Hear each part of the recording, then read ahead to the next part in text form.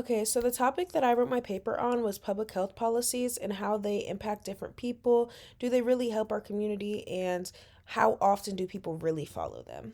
So, the public health policies that I focused on were the ones that impacted us from COVID-19 because I feel like it's the most recent thing.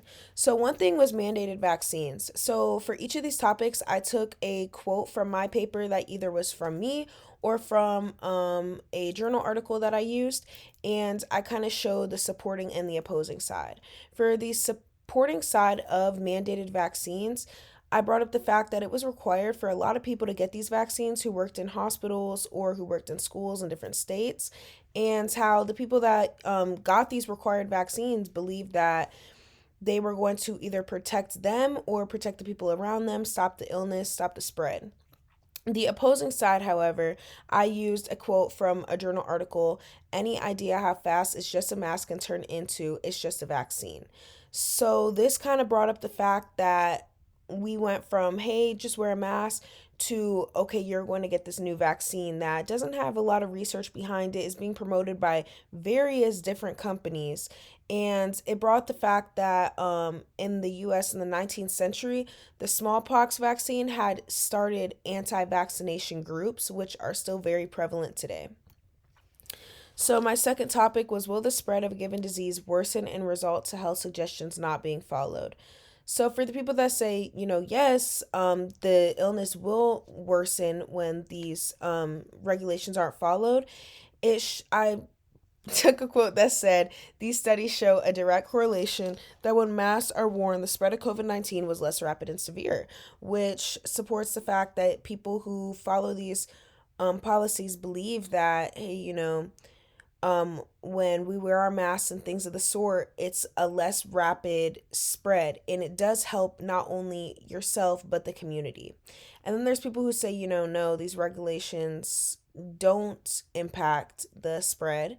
And I said overall public health policies can become very controversial and are challenging to get everyone to follow, because this is when we get to the fact that people start to feel that following these regulations infringes on their natural rights as citizens because they're being told what to do. And then this is when we have people who just believe that we don't have to follow these regulations to see results. So, in my opinion, I said I'm glad to see, after having a mask mandate for about a year, that most of us can return to our country's quote unquote normal. I believe in the choice to wear a face covering. So, you go outside, you still see people with masks, but that doesn't hurt me, it doesn't hurt you, and it doesn't hurt them. So, if you want to wear a mask, wear it. I do think that the mandate was necessary in the first year, but I'm glad that it's became a choice now. So I did a separate slide specifically on mask mandates, and for the supporting argument, I said a study done by researchers at PubMed concluded that public mask mandates did increase the population's use of masks. So this basically means that when it's mandated by officials and health professionals, government, that it increased people's use of masks by almost 10%, which obviously has two sides because, like I said before, there's that side that believes, okay, my health professionals are telling me to wear a mask, it's best for me and you, I'm going to wear it. And then there's those people that are like, they don't know what they're talking about, this infringes on my rights. um and that's exactly what I said with the no impact. Just again, people feel that it goes against their constitutional rights. So the constitutional rights in danger, we have the side that says, yes, my constitutional rights are in danger. I used an example where they tried to pass a law through the Supreme Court that basically said if you spread misinformation on social media about COVID-19, that is incriminating, which was not passed, obviously, because it goes against our First Amendment right. And misinformation about something so new like this virus was just not, it couldn't work. I'm not really sure how to put it into words because it's such new that there was different opinions, and there was really no hardcore evidence on any aspect of the virus, so it couldn't really be misinformation.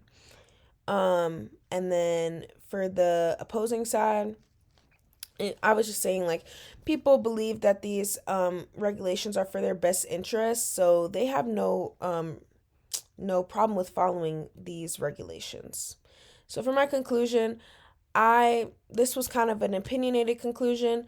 For the supporting side, I do believe that health policies should be followed if there is a sudden outbreak like COVID-19 because it is protecting yourself and others, but I also believe that it goes to a certain extent and certain things like vaccinations should not be mandated because again they were promoted by so many different companies and it was so many booster shots and not a lot of evidence and research behind these things, but I do believe that things like masks should be followed. Do I think we should still have mask mandates today? Not at all. I'm glad we don't, but I do believe in that first year it was necessary. So I believe I agree with both sides on certain extents, and I see where both sides are coming from. But that's what I wrote my paper on, and I hope you enjoyed and learned some things.